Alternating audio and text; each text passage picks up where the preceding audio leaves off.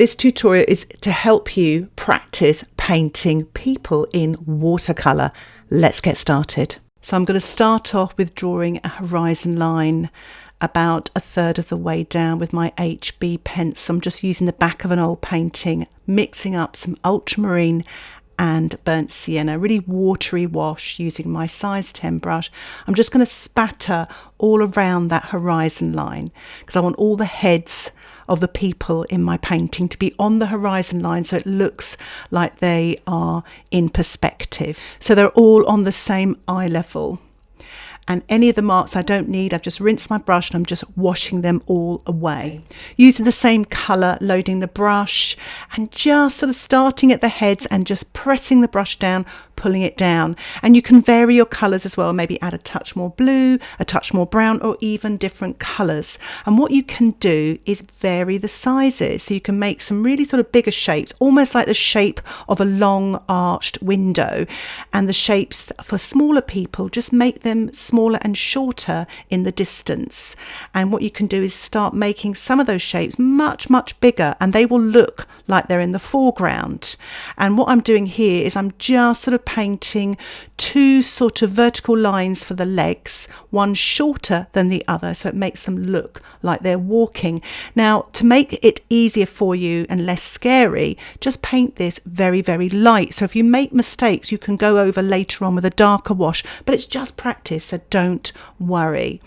And with the legs, you can make them very thin triangles, so wider at the top and almost coming to a point at the bottom. I always say to my students, when you're painting people like this that are way off in the distance, you don't worry about any features, any hands or feet. As you notice there, I actually washed off the legs to that person on the right because it didn't go quite right, a bit like I did with the dots in the sky area, and it just makes it so much easier. So mixing up some burnt sienna and black. I'm just making a watery wash here, and I'm just painting tiny dots for the heads of the people way off in the distance. It's almost like a dot for the letter I. So you want to make them really small and more oval shape rather than circular. And that way they're going to look more natural, and because they're lighter in tonal value, smaller in size, they're going to look way off in the distance. For the person here more in the middle ground, you can make the head slightly bigger and slightly darker in tonal value, so that's less water, more paint, and that tonal value will pull forward and those smaller dots will go off into the distance. So you're creating depth in your painting, and the illusion of space is a 2D surface and we're making it look more 3D. I'm just using some red and yellow here and just painting the faces of some of these people so they don't look like they're all walking off in the same direction. It's quite nice to have some coming towards you. It's really great to practice things like this so that when you want to put people in your picture, you're not afraid to, and it gives you confidence, especially for street scenes.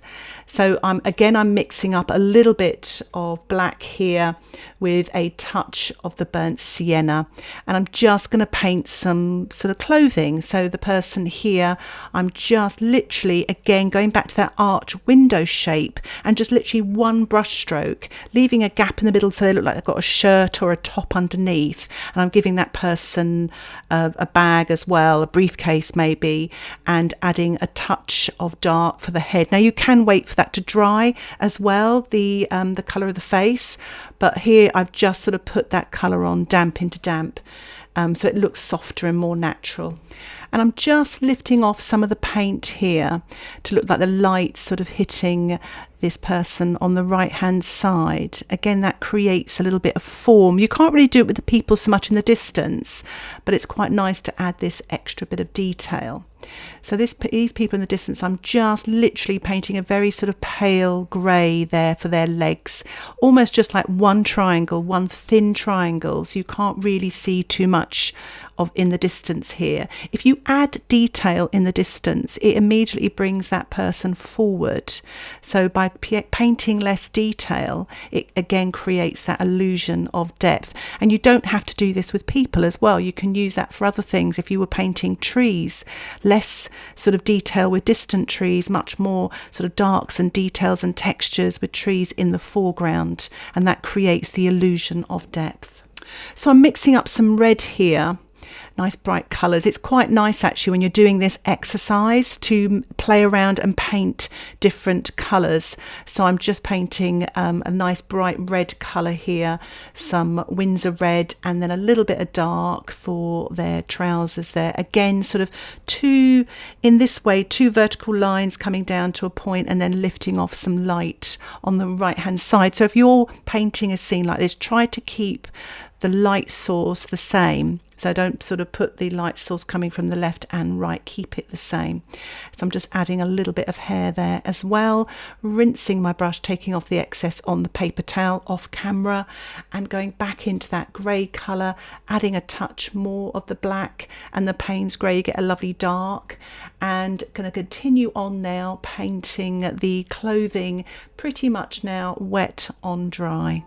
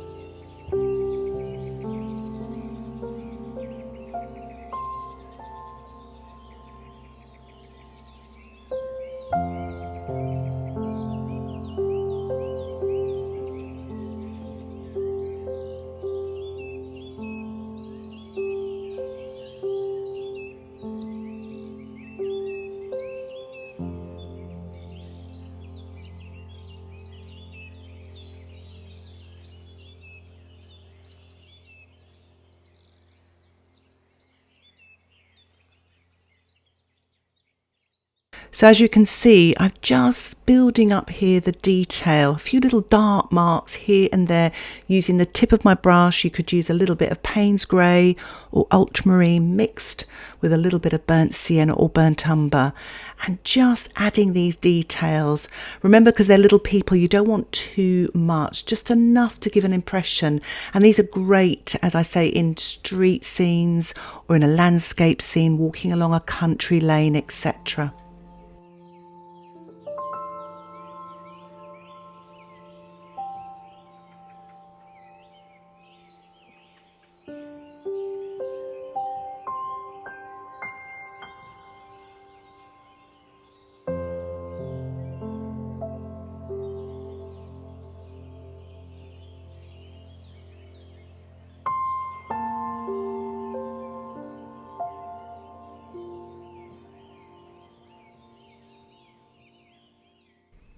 So to paint a very simple background, I'm just wetting with clean water, large brush, around the heads of all the people.